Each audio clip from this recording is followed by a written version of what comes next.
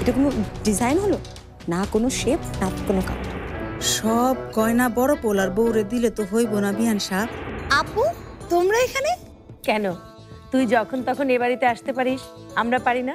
সামনে শুধু অন্ধকার সাবা, আমি কোনো পথ খুঁজে পাচ্ছি না।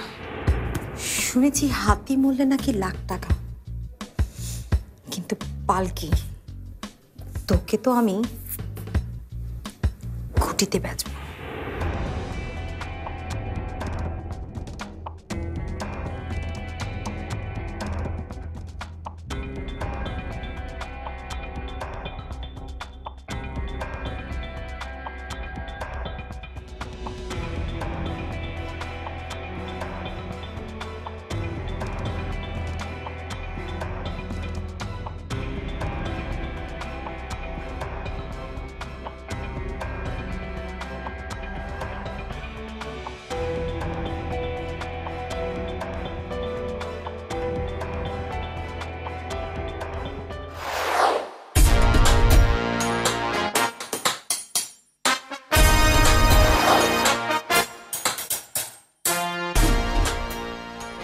এই ডিজাইনগুলো দিয়ে আমি আমার জায়গা পোক্ত করব, অফিসে ঠিক তেমনই বাসায়ও। সবাইকে বলবো এই ডিজাইনগুলো আমি করেছি। থ্যাঙ্কস পালকি, থ্যাঙ্কস আ লট। আমার জন্য এই ডিজাইনগুলো করে রেখে গিয়ে তুই অনেক উপকার করেছিস।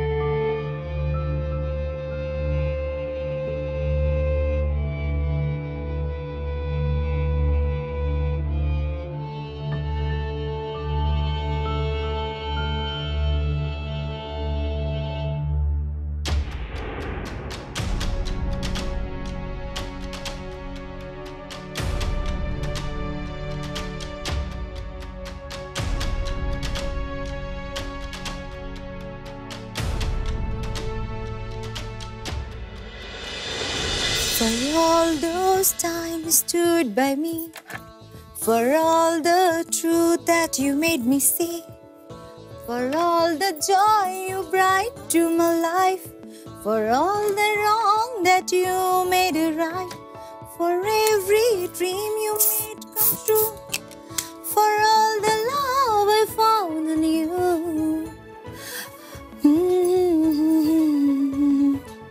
Sohail, এখন তোমার আর কোনো টেনশন থাকবে না। দেখো, তুমি আর আমি মিলে এই রহমান গ্রুপ অফ ইন্ডাস্ট্রিকে ঠিক আগের জায়গায় নিয়ে যাব। তখন দেখব তোমার ওই বেয়াদব ভাইটা আমার সাথে কিভাবে এরকম করে। ওকে একটা উচিত শিক্ষা দেওয়া দরকার।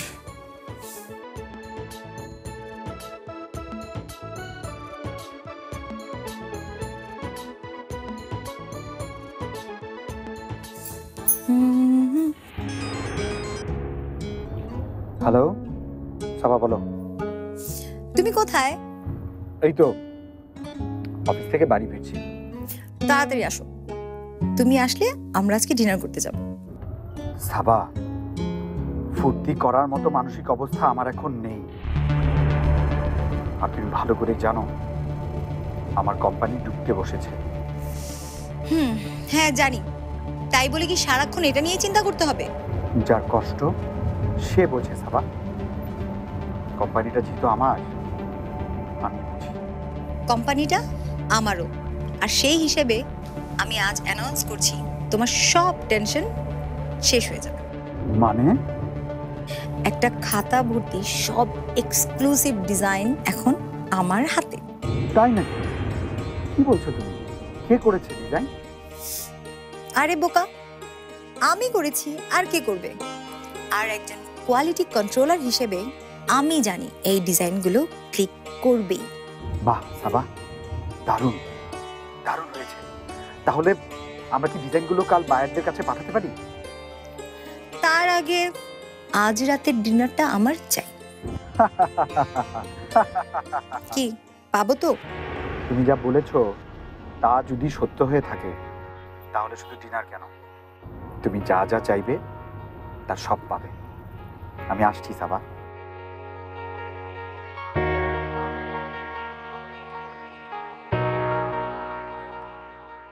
পালকি, তুই মরে গিয়েও প্রমাণ করলি যে তুই আসলে মরিসনি।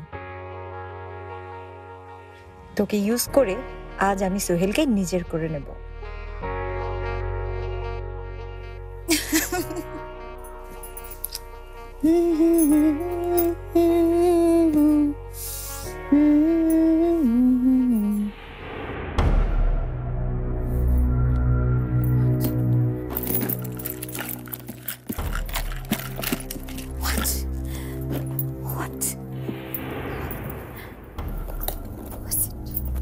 What is it? Shit! No! No! No! Shit!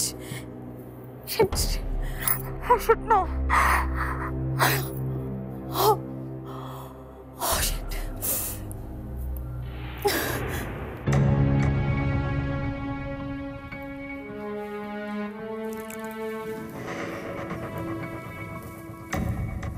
শরীফ, অফিসে ফেরার কথা কি কিছু ভাবছিস?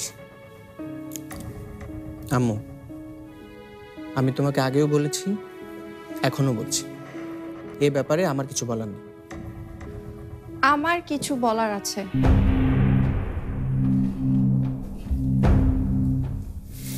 তোমাদের সবার উদ্দেশ্যে আমার একটা ইম্পর্ট্যান্ট কথা বলার আছে মা। কি এটা? এটা একটা ড্রয়িং এর খাতা। ড্রয়িং এর?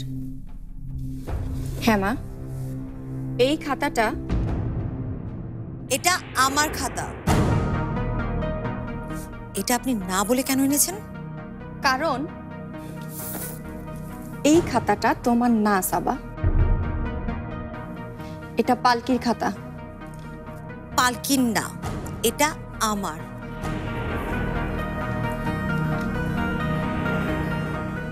মিথ্যে কথা বলতে তোমার গলাটা কাঁপছে না সাবা? আমি আমি মিথ্যে বলছি? হ্যাঁ, তুমি মিথ্যে বলছো। পালকির করা ডিজাইনগুলোকে তুমি নিজের নামে চালিয়ে দেওয়ার প্ল্যান করেছো। যদি এই প্ল্যান আমার থাকতো তাহলে আমি এটা আরো আগেই করতে পারতাম সামিয়া আপু।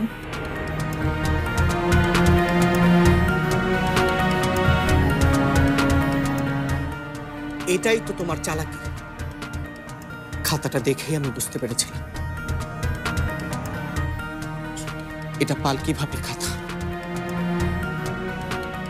চুরি করে আর যাই হোক, ব্রিলিয়ান্ট কিছু করা যায় না সাবা আপু। তার জন্য না ভেতরে কিছু থাকতে হয়। আমি নিজেই এঁকেছি এই ছবিগুলো। কখনো তো শুনিনি তুমি ছবি আঁকতে জানো। ডিজাইনারের অভাবে আমাদের কোম্পানি যখন ফল করতে যাচ্ছে তখন কোথায় ছিলে তুমি? কোথায় ছিল তোমার ডিজাইন? শরীফ, কি হচ্ছে কি এসব? সাবার সাথে তোরা এমন করছিস কেন? মানুষকে অপমান করা তোদের দিকে অভ্যাসে দাঁড়িয়ে গেছে। সব দিক চিন্তা ভাবনা করে তারপরে কথা বলিস।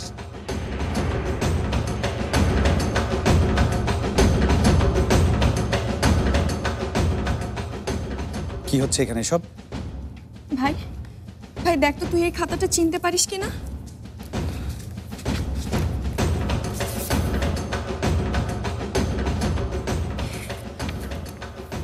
না, ঠিক মনে করতে পারছি না। তা মনে করতে পারবি কেন? পালকির মতো করে পালকির সব কিছুই তো তুই ভুলে গেছিস। ওর কোনো স্মৃতি, কোনো কাজ তুই এর কোনোদিনও মনে করতে পারবি না। কি হয়েছে আমাকে একটু খুলে বলবি? সাবা, পালকির আঁকা ডিজাইনগুলো ও নিজের বলে এস্টাবলিশ করার ট্রাই করছে। তোর বউ হওয়া থেকে শুরু করে পালকির সব কিছুকে ওর নিজের করে দিতে চাইছে।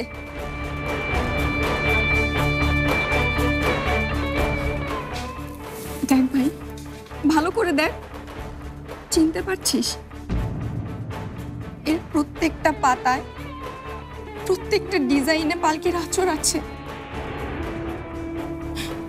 পালকির হাতের স্পর্শ আছে, পালকির ভাবনা আছে।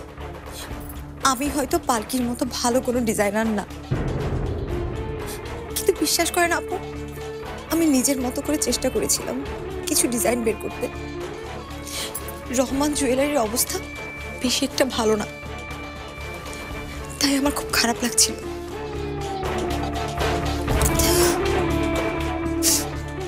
থাক সাবা, কান্নার নাটকটা না করলেও হবে। সাবার সবকিছুই তোদের কাছে নাটক মনে হয়, তাই না? তাই না সামি? ও হেল্প করলে দোষ, ও কথা বললে দোষ, ও চুপ থাকলে দোষ। ও কোথায় যাবে বলতে পারিস? আমাদের এই কোম্পানির এই ক্রাইসিসে ও সবচেয়ে বেশি কনসার্ন, সবচেয়ে বেশি হেল্প করতে চেয়েছে ও। আমাদের কোম্পানির এই অবস্থায় ও আমাদের সবচেয়ে ভালো বন্ধু। এই খাতা নিয়ে যত সমস্যা, তাই না? এই খাতা নিয়ে সমস্যা, তো এই খাতায় আমি আর রাখবো না। ভাইয়া ভাই চল, আমি এই খাতার একটা মতো রাখবো না, একটা মতো রাখবো না।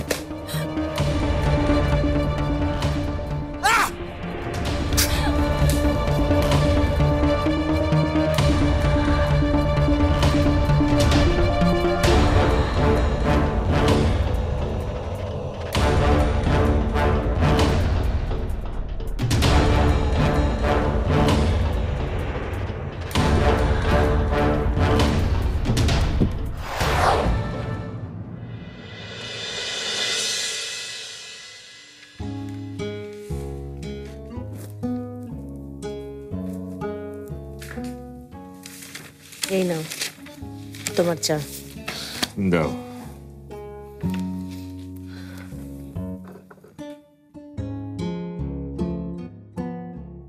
সাবা রাতে ফিরিনি?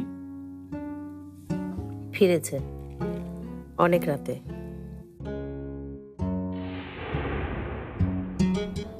কি হয়েছে শারমিন, তোমাকে এরকম আপসেট লাগছে কেন? আপসেট হওয়ার মতো কারণ ঘটেছে দেখে আপসেট লাগছে। তুমি তো মেয়ের কোনো খোঁজ খবর রাখো না। কেন, ও আবার কি করেছে? কি করেছে তা তো বললো না। কাল রাতে সোহেলদের বাসায় ছিল, সেখান থেকে কাঁদতে কাঁদতে ফিরেছে। কাঁদতে কাঁদতে মানে? কি হয়েছে? জিজ্ঞেস করলাম, কিছুই বলল না। ঘরে ফিরে না খেয়ে রুমের দরজা বন্ধ করেছে। তুমি আমাকে রাতে বলোনি কেন? তুমি ঘুমের ওষুধ খেয়ে ঘুমিয়েছিলে, তাই ডাকেনি। ভুল করেছো শারমিন, আমার তখনই ব্যবস্থা নেওয়া উচিত ছিল। আমি নিশ্চিত ওই বাড়ির কেউ তাকে কিছু বলেছে। আমি যাচ্ছি সাবাকে ডাকতে। কি হয়েছে আমাকে জানতে হবে। জেনে আর কি লাভ ভাইজান? নতুন কোনো কেলেঙ্কারি করেছে বোধহয়। কি বলতে চাও তুমি? কি আর বলবো, বলার মতো কোনো অবস্থা রেখেছে নাকি আপনার ওই গুণবতী মেয়ে? ওর জন্য তো এখন আমাদের মুখ লুকানোর অবস্থা হয়ে গেছে। কাশফি, যা বলবে ভেবে চিন্তে কথা বলবে। বলবো ভাইজান, বলবো বলবো, ভেবে চিন্তেই বলবো। আপনার মেয়ে বলে কথা, যে মেয়ে কিনা বিয়ের আগেই ভেবে চিন্তে প্রেগনেন্ট হয়ে গেছে। এ কথা তুমি বলতে পারলে কাশফি? তুমি না আমাদের আপন মানুষ। আপন। আপনারা আমাকে কবে আপন মানুষের সম্মানটা দিয়েছেন বলুন তো?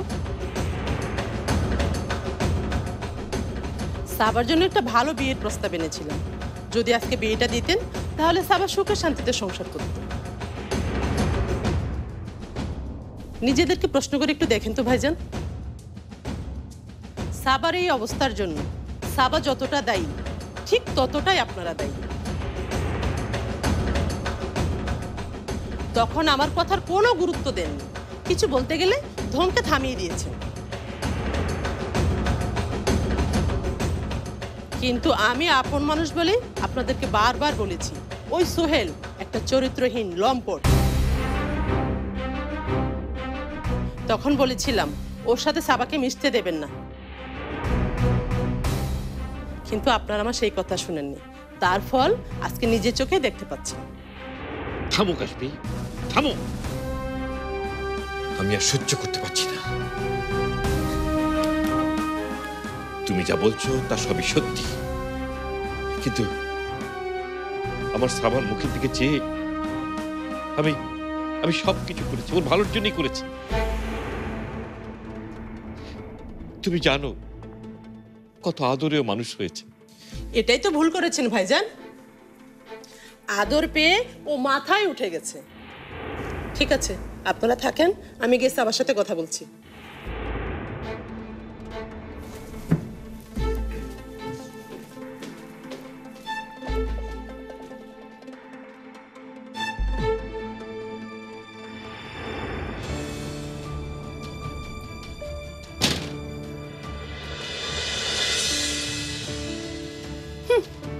ঘুমাচ্ছে সাবা। এই সাবা, উঠ। চাচি এত শব্দ করছো কেন? আবারও ঘুমাচ্ছিস? সাবা, এই সাবা। কি হয়েছে? কি হয়েছে সেটা তো তুই বলবি। মানে আমি জানতে চাচ্ছি সোহেলের সাথে কাল আবার কি ঘটিয়ে এসেছিস?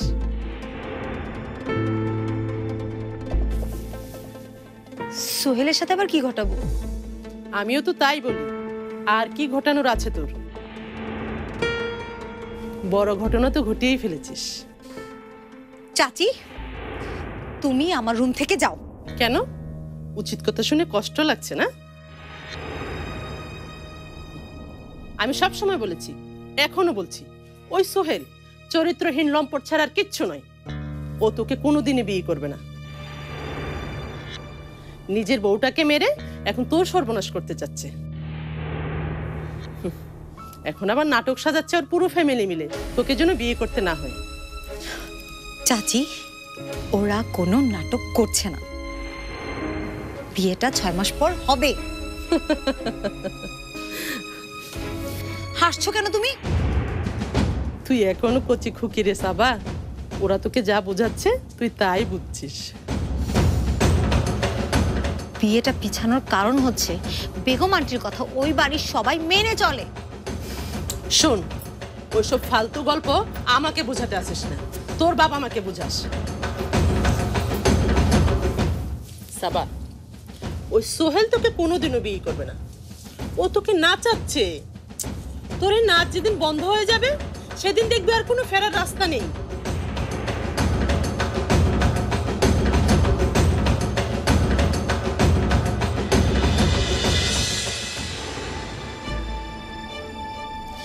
কে যে কাকে নাচাচ্ছে চাচি, সেটা যদি তুমি জানতে। এক পালকির অশান্তি থেকে বাঁচলাম, আর এখন শুরু করেছে আমার নিজের মেয়ে।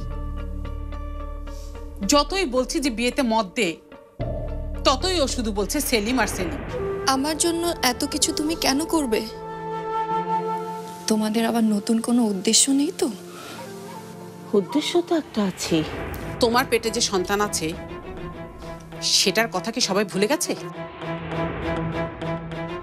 আজকে তোমাকে সেই সন্তান নিয়ে কেউ কোনো প্রশ্ন করছে না, কিন্তু কালকেও যে কেউ আঙ্গুল তুলে প্রশ্ন করবে না তার কি কোনো গ্যারান্টি দিতে পারো?